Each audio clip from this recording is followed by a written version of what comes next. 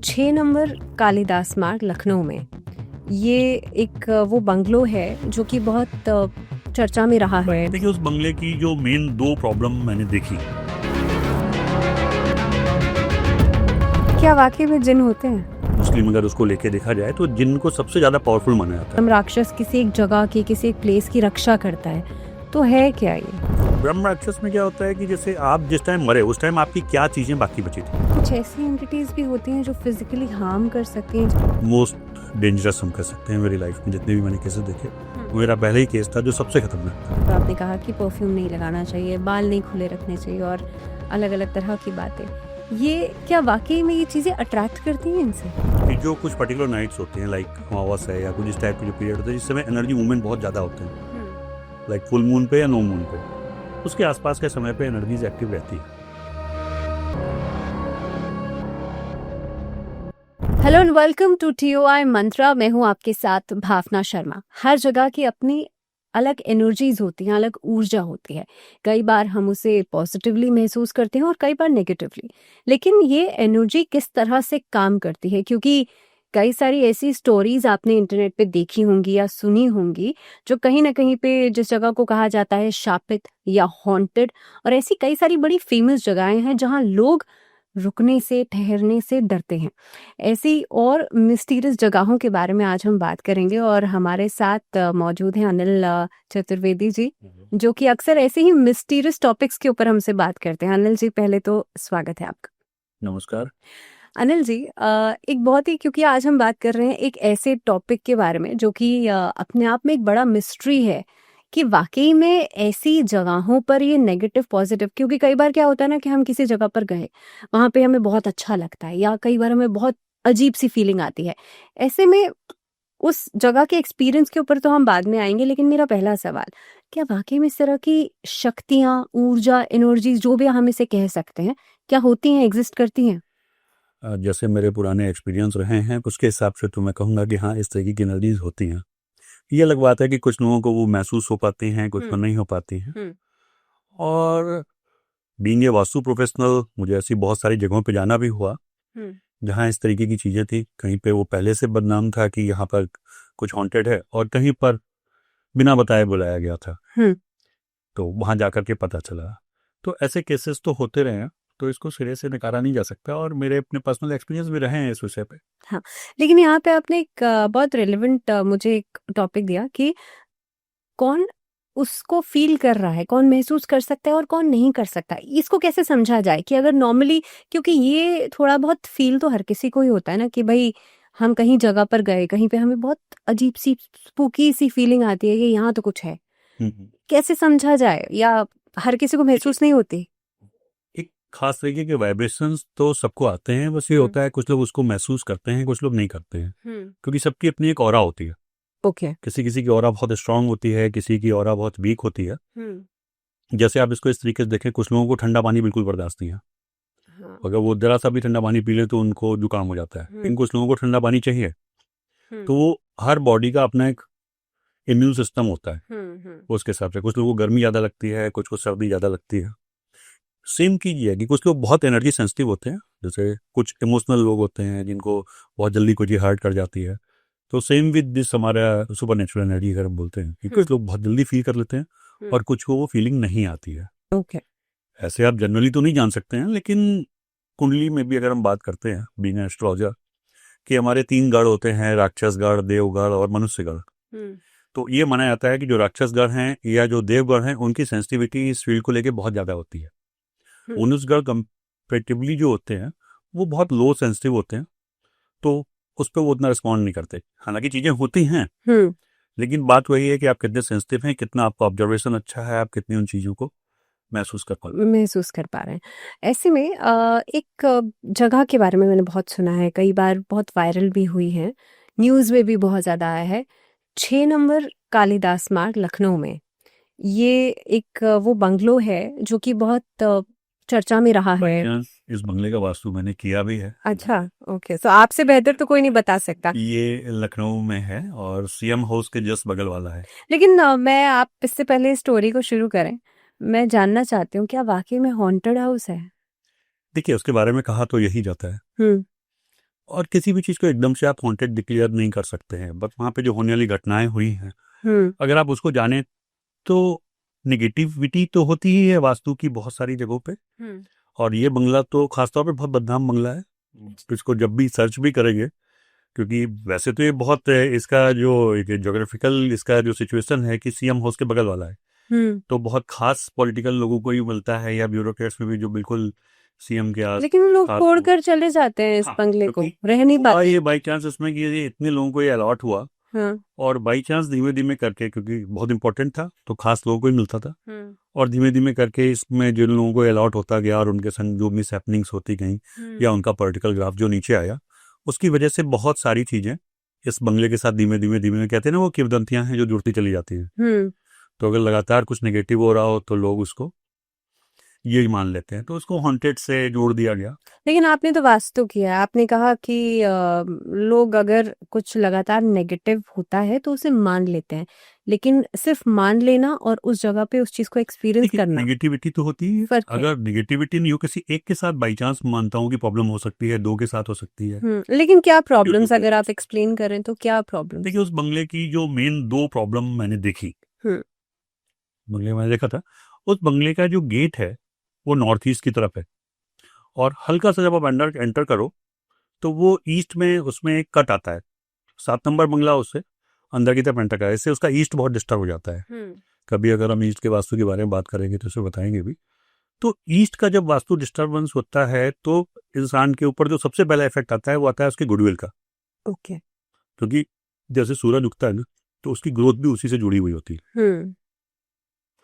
तो इसमें जो जो गया, क्योंकि वहाँ का ईस्ट खराब था और ईस्ट दिशा जो है वो सूर्य से रिलेटेड है, तो ईस्ट खराब होने की वजह जो गया उसकी गुडविल पे तो बहुत नेगेटिव असर पड़ा ही। और ईस्ट को हम सूर्य को हम सरकार से भी जोड़ते हैं, तो सरकार के साथ रिलेशन खराब होना, क्योंकि अगर आपकी गुडविल खराब होगी तो कहीं ना कहीं आपका लोगों से रिलेशन खराब होना, ये सारा का सारा ईस्ट के वास्तु दोष के अंतर्गत आता है। तो ये वहाँ की बहुत बड़ी समस्या थी कि जो यहाँ गया उसका करियर जॉब डाउन हुआ, क्योंकि उसके सरकार से रिलेशन खराब हुए किसी न किसी वजह से। ईस्ट अगर खराब हो तो लीगल मैटर्स बहुत आते हैं। ओके।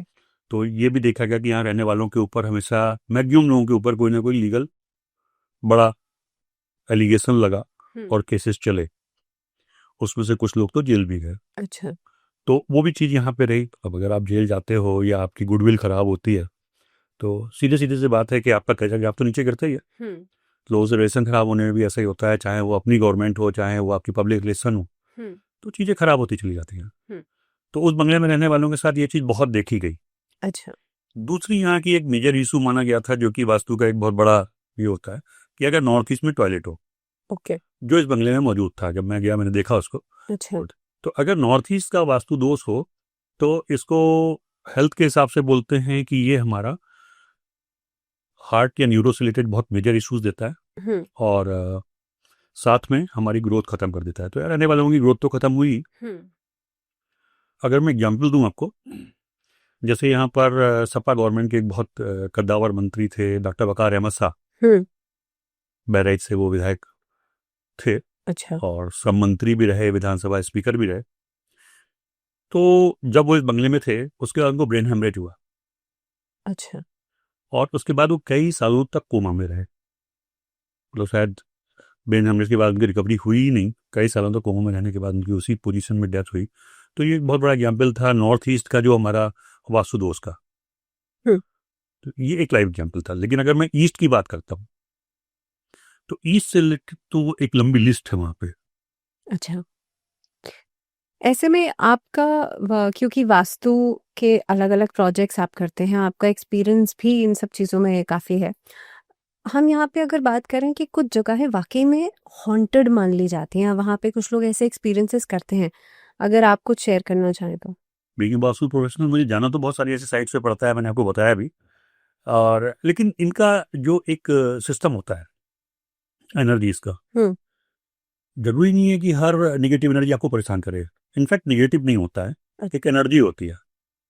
किसी के ऊपर उसका असर कम होता है, किसी के ऊपर उसका असर ज़्यादा होता है। आपके साथ वो कैसे रिएक्ट कर रहा है। जैसे मैंने बताया था कि ठंडा पानी किसी को आराम कंफर्टेबल होता है, किसी के लिए बहुत नुकसानदायक हो जाता है। तो मैंने ऐसे भी केसेस देखे जहाँ पे लोगों ने कहा कि साहब यहाँ पर कुछ था जिसने मुझे हमेशा से बचाया या मेरी बहुत ग्रोथ करी। अच्छा। आमतौर पे एक जनरल भाषा में लोग वर्ड बहुत यूज करते हैं जिसमें कहते हैं जिन या सैयद। ये अक्सर मैंने सुना है लोगों क्या। तो इस आप यहाँ पे सैयद बाबा हैं और इनकी वजह से हमारी बड़ी ग्रोथ हुई। ऐसे बहुत सारी तमाम फैक्ट्रियाँ हैं जहाँ पे उन्होंने एक आला बनाया और उसकी पूजा करी है। तो ये भी चीज़ें होती हैं, लेकिन निगेटिव भी मैंने देखा। क्योंकि ये बात तो सही है कि अगर कोई बहुत पावरफुल चीज़ है और आपके साथ है, भले ही वो कोई दोस्त क्यों ना हो, अब जब तक वो आपसे खुश है, क्योंकि पावरफुल तो वो है, तब तक आपको बहुत ग्रोथ देगा। लेकिन जिस दिन नाराज है, उस दिन कहानी खत्म। जिन के बारे में आपने कहा, आपने नाम लिया जिन। ऐसे में क्या वाकई में जिन होते हैं? होते हैं नहीं होते, ये बड़ा एक विवादित मामला है। क्योंकि साइंस पहले तो इन चीज़ों को नहीं मानता था, बट साइंस अब ये तो मानता ही है कि इस तरह की एनर्जीज होती हैं। अच्छा। अब बात आती है नाम देने की, कि जिन है या प्रेत है या जो भी है, इस टाइप की चीज़ें। जितना हम साइंटिफिकली अगर इसको डिफाइन करें, हम लोगों की एक इंडेक्सिंग होती है 6, 7, 8, 9 करके। तो जितनी ज़्यादा एनर्जी इंडेक्सिंग वहाँ की बढ़ती चली जाती है, उतना ज़्यादा वहाँ मौजूद एनर्जी की पावर बढ़ती जाती है वास्तु के हिसाब से। जैसे हम लोग 6 को अगर, क्योंकि मैं बात को थोड़ा सा अलग से समझाने के लिए बोल रहा था, जैसे जो 6 नंबर की इंडेक्सिंग हम लोग लिख चलते हैं कि इसका मतलब देयर इज समथिंग, अच्छा। जिसे आप देख नहीं सकते, बट आपको कुछ चीज़ें ऐसी लगेंगी जो बड़ी सस्पिशियस टाइप की होंगी। जैसे कई बार चीज़ों का मिसप्लेस होना और वापस से मिल जाना। होता क्या है कि आप सामने कोई चीज़ रखी है, आप गए, जैसे छोटी सी चीज़ की रिंग है या कोई फाइल है या कोई सामान आपने रखा और उसके बाद आप उसको गए, आपको नहीं मिल रही है वो। दूसरा बंदा आएगा, बोले यार सामने तो रखी तो दिखाई क्यों नहीं पड़ती, और ये अक्सर कॉमन होता है। तो इस टाइप की चीज़ें होती है, वो 6 इंडेक्स के आसपास के होते हैं। लोग इसको कई बार मेमोरी इशू मान लेते हैं, ये मान लेते हैं कि यार ऐसे ही किसी और ने उठा के रख दिया होगा। तो वो कंफ्यूजन क्रिएट होते हैं और टेंशन आते हैं। लेकिन इसी को हम थोड़ा सा और डीपली चले जाएं, जब वो 6 से 6.25 तक आ जाती है चीज़ें, तब वहम जैसी स्थितियां पैदा होती हैं। कई बार हम लोग होते हैं ना यार कोई पीछे खड़ा है, देखा तो कोई नहीं है। अक्सर मैं लोगों से ऐसा सुनता हूँ और लगभग सबके कहीं ना कहीं इस तरीके के एक्सपीरियंस होते ही हैं कि ऐसा हुआ या इस टाइप की चीज़ हुई। तो अगर वहाँ पे प्रेजेंस है, 6.25 का मतलब देयर इज प्रेजेंस। यहाँ पे मैं वहम की बात ही नहीं कर रहा हूँ। अच्छा। तो अगर वहाँ पे प्रेजेंस है तो आपको सिर्फ ऐसा लगेगा something is moving around, but आप उसको देख नहीं सकते। तो ये अचानक से फील होती है। अगेन जब हम जाते हैं 6.5 पे, 6.5 पे जाकर के क्या होता है कि वो प्रेजेंस हमको महसूस होने लगती है। लाइक मैं यहाँ बैठा हूँ, साइड से कोई बैठा है, जो आप देखेंगे तो बस एक हल्का सा आपको ब्लड सा एहसास होगा, बट उससे ज़्यादा कुछ नहीं। बट 6.75 तक आते आते ये स्थितियाँ एकदम बदल जाती हैं। आपको ब्लड इमेज सामने दिखती है। अच्छा। आपको लगेगा कि देयर इज समथिंग जिसको आप पहचान नहीं पा रहे हो। ओके। तो ये इंडेक्सिंग होती है। But 7 one of the most dangerous. 7 पे आने के बाद वो जो चीज़ें हैं उनको आप पहचान सकते हो।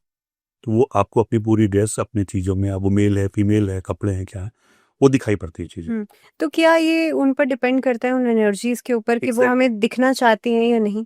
नहीं, बात वही होती है कि जो चीज़ जितनी ज़्यादा स्ट्रांग है, 7 एनर्जी पे आने के बाद हमें उसकी पूरी पहचान हो जाती है। अच्छा। या 7.25 या उससे ऊपर के केसेस में वो चीज़ें फिजिकल भी हो जाती है। अच्छा। फिजिकल इन द सेंस कि वो चीज़ आप कोई सामान उठा सकती है, रख सकती है। ओके। जिनको हम कहते हैं कि one of the most powerful, मुस्लिम अगर उसको लेके देखा जाए तो जिनको सबसे ज़्यादा पावरफुल माना जाता है। मैंने इसलिए ये सारी आपको एनर्जी इंडेक्सिंग बताई कि बोली तो बहुत सारी चीज़ें जाती हैं, नाम आप कुछ भी रख दो जब तक कि आप उनसे मिले नहीं हो। हाँ। लेकिन अगर मैं इसको एनर्जी के पॉइंट ऑफ व्यू से समझाता हूँ तो उसमें सिंपल यही होता है कि 6, 6.25, 6.5, 7, 7.5। तो जो टॉप मोस्ट पोजिशन है, अगर हम इसको किसी डिपार्टमेंट के हिसाब से समझाएं कि ये एरिया मैनेजर, सीनियर मैनेजर हुआ, ये हुआ, जीएम या डायरेक्टर हुआ, तो जिन इज टॉप मोस्ट। अच्छा। एक और चीज जो मेरे लिए भी बड़ा कंफ्यूजिंग कई बार मुझे लगता है कि जो जिन शब्द है, अक्सर हम इसको मुस्लिम कम्युनिटी के साथ जोड़ करके देखते हैं। क्या ये किसी कम्युनिटी से या किसी धर्म से जुड़ाव है, या देखिए किसी भी फॉर्म में होता है कि यहाँ पर वही मैं बोला कि हम लोग एनर्जीज को पावर के हिसाब से जोड़ते हैं। अब आप अगर वो पुलिस डिपार्टमेंट में है तो आप उसको आईजी, एडीजी, डीजी बोल सकते हो। देखिए अगर वो आईएएस है तो वो सेक्रेटरी लेवल तक जाता है कि डीएम हो गया, कमिश्नर हो गया, ये हो गया। तो पावर की फर्क थोड़ी बहुत होती है। बट अब अगर हम इसको मिथोलॉजी के हिसाब से लेते हैं कि जिन है या क्या है, जैसे हिंदू धर्म में लोगों का इफेक्ट देखा है कि बहुत, आपने एक वर्ड सुना होगा ब्रह्म राक्षस, बट कम सुनने में आता है। जिन शब्द ऐसा है जो बहुत ज्यादा सुनने में आता है, बहुत ज्यादा, जिन या जिन्नात। हाँ। तो रीजन वही है।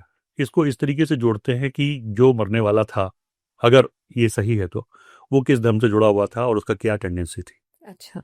तो उस पर भी बहुत सारी चीजें डिपेंड करती हैं। ऐसे में बट कई ये बार दोनों मोस्ट पावरफुल माने जाते हैं, जिनको कि जनरली आप हटा नहीं सकते। हाँ, ब्रह्म राक्षस के बारे में आपने बताया। ब्रह्म राक्षस है क्या? मतलब अगर हम इसको समझना चाहें तो ब्रह्म राक्षस नाम सुनने में जो समझ में आता है, अभी रिसेंटली एक जो मूवी आई है कांतारा, उसमें भी कहीं ना कहीं पे ब्रह्म राक्षस का थोड़ा बहुत एक ओवरव्यू बताया गया है, समझाया गया है। तो लेकिन अगेन वही कि ब्रह्म राक्षस किसी एक जगह की, किसी एक प्लेस की रक्षा करता है, तो है क्या ये? देखिए, रक्षा करने के लिए तो हमें पीछे उस पर जाना पड़ेगा कि जो भी वो चीज थी क्या, क्योंकि यहाँ पर हमको रीबर्थ वाली थ्योरी पे जाना पड़ता है। अच्छा। जब कोई मरता है तो उसकी बहुत सारी अधूरी इच्छाएं रह जाती हैं। अच्छा। हमारे यहाँ माना गया है कि 83 लाख योनियां होती हैं, 83 करोड़। तो इतनी सारी योनियां होती हैं, इनमें हम लोग कन्वर्ट करते हैं। तो ये जो ब्रह्म राक्षस है या जिन्न है या जो प्रेत योनि जिसे बोलते हैं, ये भी अपने यहाँ मिथोलॉजी मानी जाती है और ये ऑलमोस्ट हर धर्म में मानी जाती है। हम उसको योनि के हिसाब से ना भी लें, अगर हम मुस्लिम उसको लेके चलते हैं तो वो लोग जिन्न मानते हैं, मकान मानते हैं, इस तरीके मानते हैं। अगर हम हिंदू धर्म में आते हैं तो वो लोग भी बोलते हैं कि भूत होते हैं, ये होते हैं। इवन क्रिश्चियंस में भी डेविल को माना जाता है या बुरी आत्माओं का जिक्र वहां पे भी सुनने को मिलता है। बौद्धिज्म, जैनिज्म, सब में इन चीजों को माना गया है। तो अब बात आती है हमारी कि ब्रह्म राक्षस में किसी प्लेस के रक्षा के लिए होता है। तो ब्रह्म राक्षस में क्या होता है कि जैसे आप जिस टाइम मरे उस टाइम आपकी क्या चीजें बाकी बची थी। अच्छा। हर इंसान की कुछ इच्छाएं होती हैं और कई बार वो इच्छाएं इतनी स्ट्रांग होती हैं कि इंसान को अपना फॉर्म चेंज करने के बाद, जो आत्मा होती है, वो एक इंसान मर जाता है बट वो दूसरे फॉर्मेट में चली जाती है और उसके अंदर वो इच्छाएं बाकी रह जाती हैं। अच्छा। तो वो उसके आसपास जुड़ा रह जाता है। ऐसी चीजें नॉर्मली हम लोगों ने जो सुनी देखी हैं, वो सुना है कि खजाने के आसपास आत्माएं रहती हैं या नाग रहते हैं, जो बहुत कहानियां हैं, फेमस हैं। तो कहते हैं कि भाई उसका जो रक्षक था वो नाग योनि में चला गया और वो राग बन करके उस खजाने का पहरा दे रहा है। तो ऐसी चीजें देखी भी गई हैं, क्योंकि ये अक्सर होता है कि जहाँ खजाने निकलते हैं वहाँ नाग देखे जाते हैं। तो ब्रह्म राक्षस के बारे में भी हम यही कह सकते हैं कि कुछ ऐसी अधूरी इच्छाएं लेकर के वो गया जो बहुत स्ट्रांग उसकी रह गई थी, फिर उसकी वजह से वो उस चीज की रक्षा कर रहा था। अगर मूवीज में तो फिर अब आपके रियल एक्सपीरियंसेस के बारे में बात कर लेते हैं, क्योंकि आपने कई जगह का वास्तु किया है। अभी ऑफसेट भी हम बात कर रहे थे कि आपने कुछ ऐसे एक्सपीरियंसेस किए हैं जहाँ पे आपने देखा है, वो एनर्जी को महसूस किया है, उसके बारे में बताया। देखिए, एनर्जीज बने रहता है कि पॉजिटिव नेगेटिव हर तरीके की होती है। कई जगहों पे एनर्जीज होती है वो किसी को हार्म नहीं करती हैं। तो मेरा एक एक्सपीरियंस हुआ 98 के आसपास की बात है, कलकत्ता का। पता है, यहाँ पे मैं किसी को सजेस्ट कर सकता हूँ कि जिसे भूत देखने का मन हो वो वहां जाके देख सकता है। अच्छा। क्योंकि वो हार्मफुल नहीं है। अच्छा। और ये, लेकिन वो दिखेगा। हाँ, ये कुछ ऐसे एक्सपीरियंस थे मेरी लाइफ के, हाँ। जहाँ से मैंने देखा कि लोग, इंसान मतलब कुछ भी कर सकता है, वो भूतों से भी काम करवा सकता है। अच्छा। और ये बड़ा एक जोक वाली बात थी, क्योंकि मेरा एक फ्रेंड हुआ करता था, वो एक जो वहां पर रहता था ग्रीस पार्क के पास, कलकत्ता में ग्रीस पार्क की जगह है। तो रोड का नाम तो मैं थोड़ा सा मिस कर रहा हूँ, विवेकानंद रोड थी, 30 नंबर घर था वो। तो उसमें वो रहता था, वो किसी कंपनी का गेस्ट हाउस था और उसमें वो आके रहा करता था। बट उस घर का एक बड़ी खासियत थी कि 10 बजे के बाद वो किसी भी कंडीशन में अगर दरवाजा बंद कर दिया रात में तो दरवाजा नहीं खोलते थे। अगर आप बाहर हो तो फिर आपको रात बाहर ही बितानी है। अच्छा। और अंदर हो तो आप बाहर नहीं निकल सकते। तो कई बार उन्होंने लगा कि क्या प्रॉब्लम क्या है यार, 10 बजे का मतलब 10 ऐसा कट ऑफ क्यों है। वो दोस्त रहता था, तो वहां पे रहने वालों को एक, हम लोगों ने जब इंक्वायरी करी वहां का जो केयर टेकर था उससे, तो उसने बताया, क्योंकि शुरू में तो ध्यान नहीं दिया था लोग। बोले साहब यहाँ पे 3 चीजें रहती हैं, जिनको बाद में मैंने एक्सपीरियंस में मैंने भी देखा और महसूस भी किया उनको। वहां पे जो पहली प्रॉब्लम थी कि ठीक 10:15 पे जब आप अगर, क्योंकि पूरा कॉरिडोर था और आप अपना दरवाजा बंद रखते थे या खुला रखते थे, तो 10:15 बजे किसी लेडी के चलने की आवाज आती थी, पर उसका टाइम फिक्स था। अच्छा। तो वो निकलती थी, जाती थी, और जब आप कमरे के अंदर हो तो आपको लगता था कि कोई चल के जा रहा है। अच्छा। लेकिन उसका जो सबसे अजीब सी बात थी वो ये थी कि अगर आपका दरवाजा अंदर से लॉक है तब तो सिर्फ चलने की आवाज आएगी, बट अगर आपका दरवाजा लॉक नहीं है अंदर से तो दरवाजा खोल के अंदर झांकती थी। Oh my God. बट उसने डिस्टर्ब कभी नहीं किया किसी को। अच्छा। तो अगर आप एक्सपीरियंस करना चाहें तो वहां जाकर के बैठ के देख सकते हैं। अच्छा। लेकिन डिस्टर्ब नहीं करती थी, वो झांकती थी, चली जाती थी। लेकिन ये बहुत सख्त इंस्ट्रक्शन थे कि आप उससे कुछ बोलेंगे नहीं, उसका पीछा नहीं करेंगे, ओके। क्योंकि किसी को नहीं मालूम कि कब कैसा रिएक्शन आ सकता है। तो ये वहां पर एक उस बंगले के बारे में कहते थे कि वहाँ 3 भूत थे। तो एक तो ये लेडी थी जिसने किसी को डिस्टर्ब नहीं किया, बट वो खोल के झांकती थी, और या फिर आपको लगता था कि बाहर से कोई जा रहा है, पीछा करने की परमिशन नहीं थी। और मुझे नहीं लगता कि किसी ने ट्राई भी किया होगा कभी, मैंने तो नहीं किया। एंड सेकंड, वहां पर रहता था एक कुत्ता। अच्छा। बहुत बड़ा सा काला कुत्ता था। नॉर्मली आदमी अगर कुत्ते को सामने देखे ऐसे बड़े से कुत्ते को तो वैसे ही डर जाता है। तो वो कुत्ता था, वहां पर एक बाथरूम था, तो उस बाथरूम में वो कुत्ता रहा करता था। और सबसे बड़ी बात ये थी कि वो दिन में 2 या 3 बार निकलता था। टाइम सेट तो नहीं था, बट वो दिन में 2-3 बार बाथरूम से निकलता था। तो पहले तो लोग कुत्ता देख के रह जाएंगे, इतना बड़ा सा कुत्ता आया है, क्योंकि वो बिल्कुल दिखता था एकदम क्लियर। ज्यादा डर तब लगता था कि वो कुत्ता बाथरूम से निकल करके एक छोटी सी गैलरी थी और सामने कमरे की दीवार थी, वो दीवार में घुस जाता था। एंड देन आप समझ पाओगे कि रियलाइज करोगे कि कुत्ता नहीं था, ओह माय तो गॉड। ये समथिंग एल्स। अच्छा। वो ऐसे निकल कर आता था, सामने वाली दीवार में घुस जाता था, लेकिन उसने कभी किसी को डिस्टर्ब नहीं किया। अच्छा।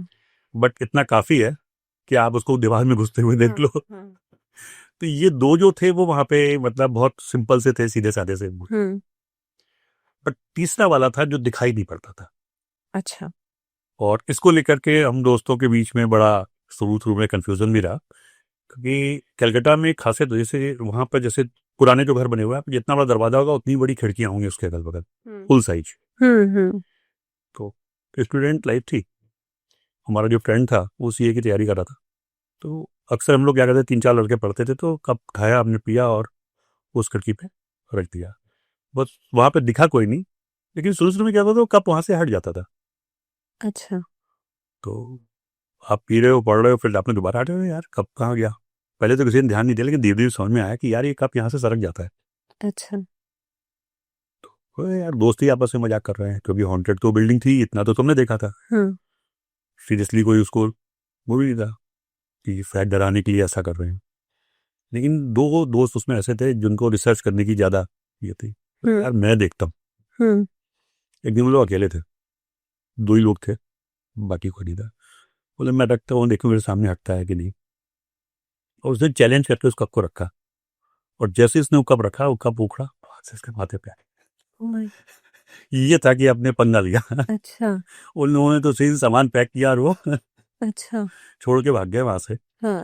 मतलब बाकी दोस्तों को उन्होंने बताया भी नहीं कि क्या हुआ क्या। बोले यार अब हम नहीं रह सकते, कि कुत्ते को और उस लेडी को देखने की आदत तो सबकी थी, और वो कभी डिस्टर्ब नहीं करते थे। बट ये दिखा नहीं था, बस इसने खाली उसने कब बोल के रखा और वहां से आके लगा, चले गए। धीमे धीमे करके सारे छोड़ गए, उसमें केवल एक दोस्त मेरा जो था, और दोस्त था इसलिए कह सकता हूँ कि आलसी बहुत था वो।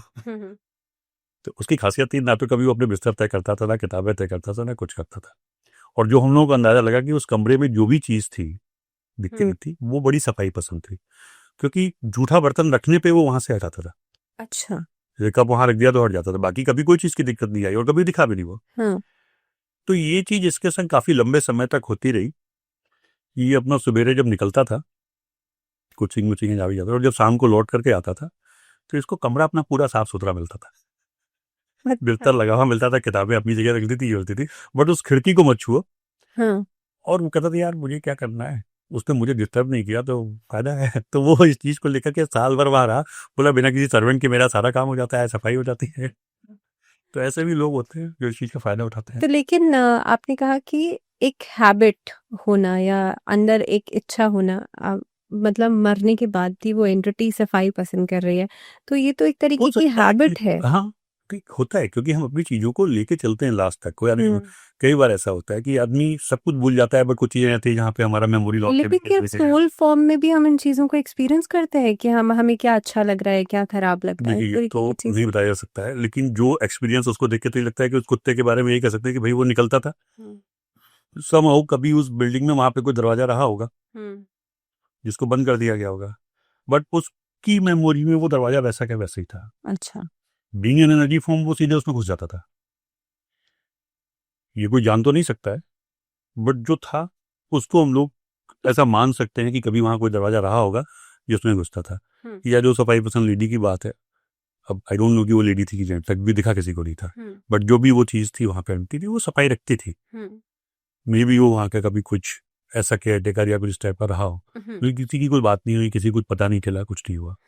बट उस लेडी के बारे में हम लोग कभी नहीं जान पाए। वो दिखती थी, जाती थी और निकल जाती थी। लेकिन ऐसे में ये तो वो एंटिटीज हैं जो नुकसान नहीं पहुंचा रही हैं, और कुछ ऐसी एंटिटीज भी होती हैं जो फिजिकली हार्म कर सकती हैं, जैसे मेरा जो फर्स्ट एक्सपीरियंस था बीइंग ए प्रोफेशनल, ये तो तब था जब मैं स्टूडेंट था, तो उसमें वो एक ऐसी एंटिटी, गुड़गांव का केस था, सेक्टर 17 का, जहां पर वो एनर्जी थी 7+ इंडेक्स की।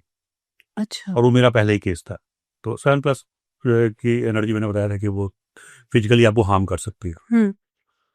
उसने किया था, उसने कुत्ते का पूरा हाथ तोड़ दिया था हम लोगों का, क्योंकि बाकी चीज़ें तो मैं फर्स्ट एपिसोड में बता ही चुका हूँ, और उसने उसका हाथ तोड़ दिया था और उसने काफ़ी हार्म किया था।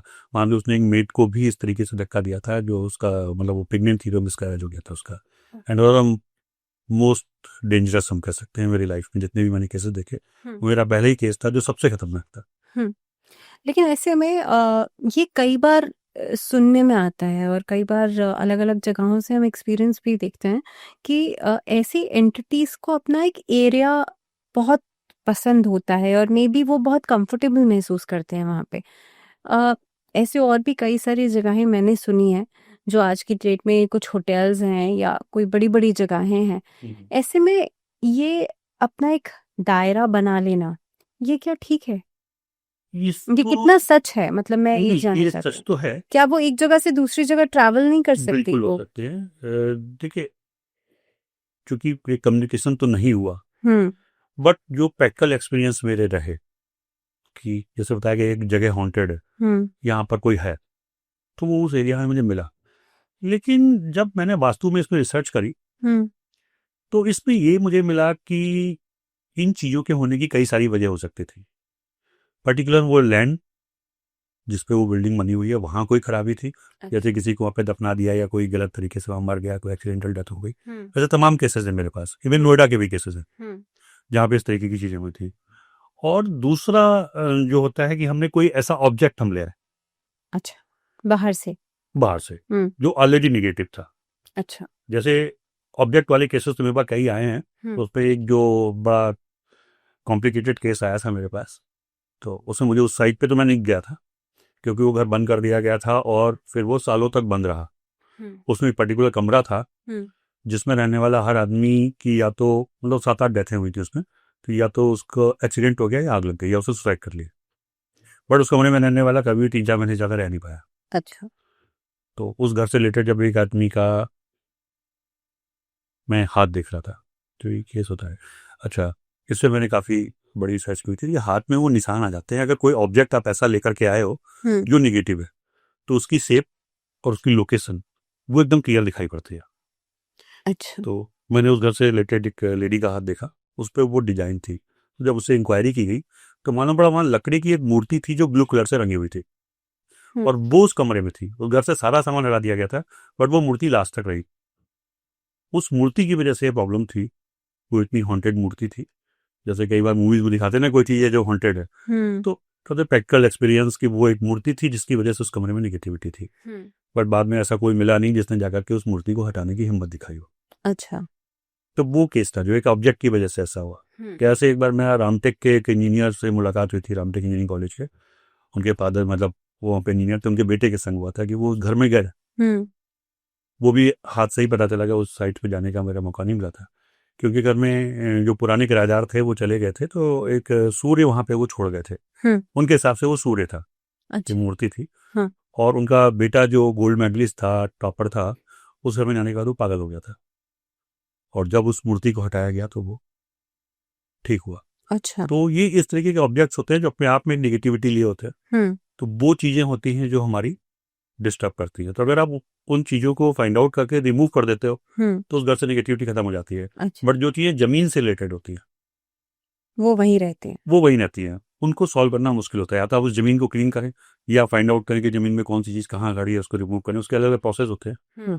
तो वजह बहुत सारी हो सकती है। कई बार आपने सुना होगा किसी आदमी को भूत लग गया, ऐसे अक्सर किस्से सुनने को मिलते हैं। कि साहब वो आ गया उसके पीछे। या कई बार किसी रास्ते से जा रहे हैं उसके वही वही हाँ। लगने का मतलब ये हो कि आप बैग कहीं से कुछ गया है। हाँ। ऐसे भी मैंने प्रैक्टिकल चीजें देखी लाइफ में। हम्म। तो बड़े बुजुर्ग कहा करते थे कि साहब जूठे मुंह मत निकलो, हम्म।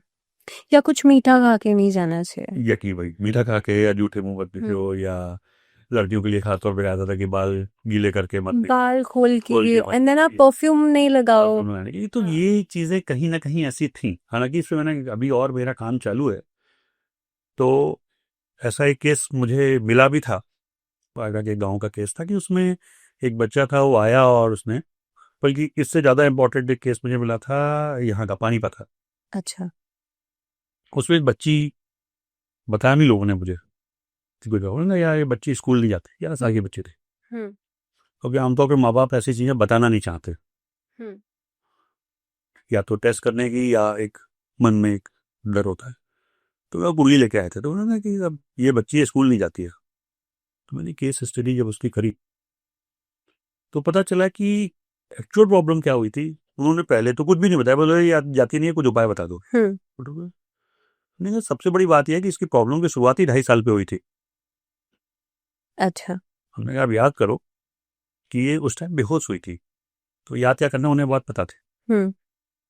उस बच्ची के जब सिम्टम हमने पूछने शुरू किया और उन्होंने बताया, बोले कई बार बड़ा अजीब सा रिएक्ट करती थी। स्कूल जाना तो एक अलग बात है, वो डरती थी, और कई बार जो सोते समय उसकी जो ये थी वही डिफरेंट डिफरेंट पोजेस में आ जाती थी। वो 11 साल की बच्ची थी। तो उसकी पूरी हिस्ट्री निकाली गई, तो वहाँ पर वो 2.5 साल की थी, तो किसी रात में वो कहीं से लौट रहे थे पार्टी से। अच्छा।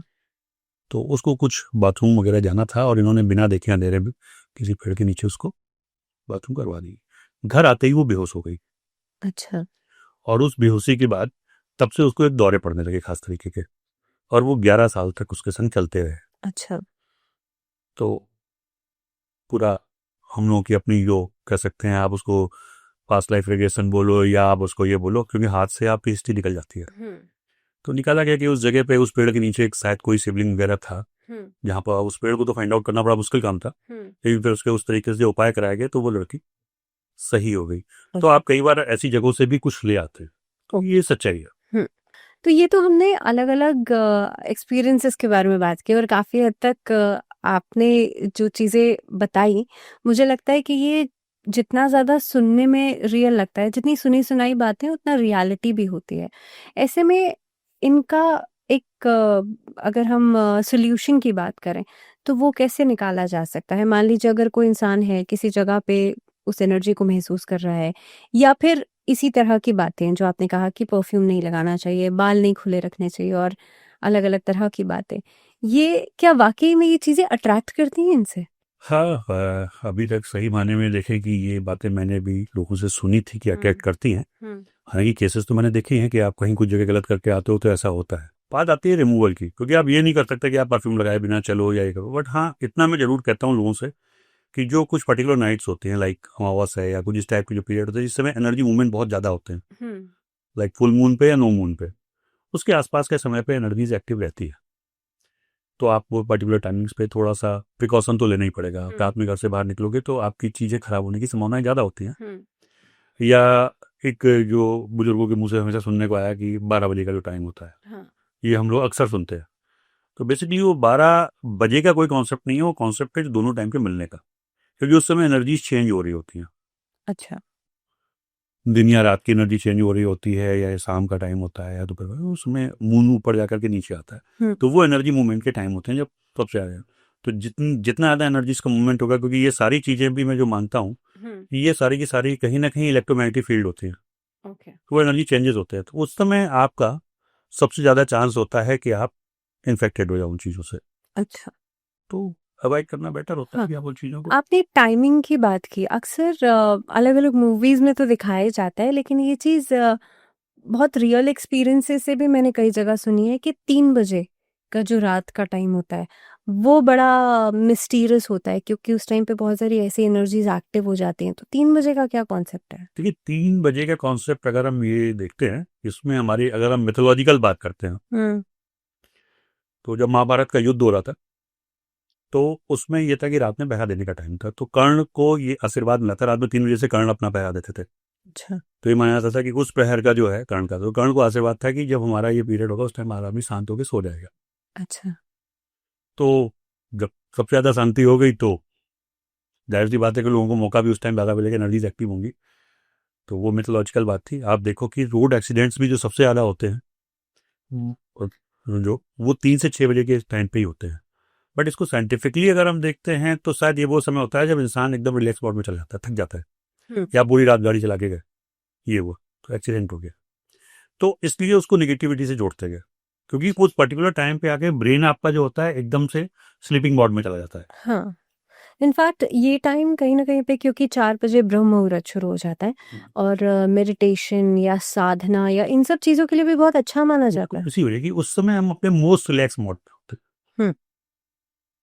ब्रेन एकदम शांत हो जाता है, हुँ। तो आप उसे नींद में जा सकते हो जो एक्सीडेंट की जा सकता है, या उस समय आप किसी साधना में जा सकते हो जिससे कि आप कनेक्ट कर पाओ, ओके। क्योंकि वो ब्रेन की सबसे अच्छा टाइम आ जाता है जब ब्रेन एकदम शांत पोजीशन में होता है।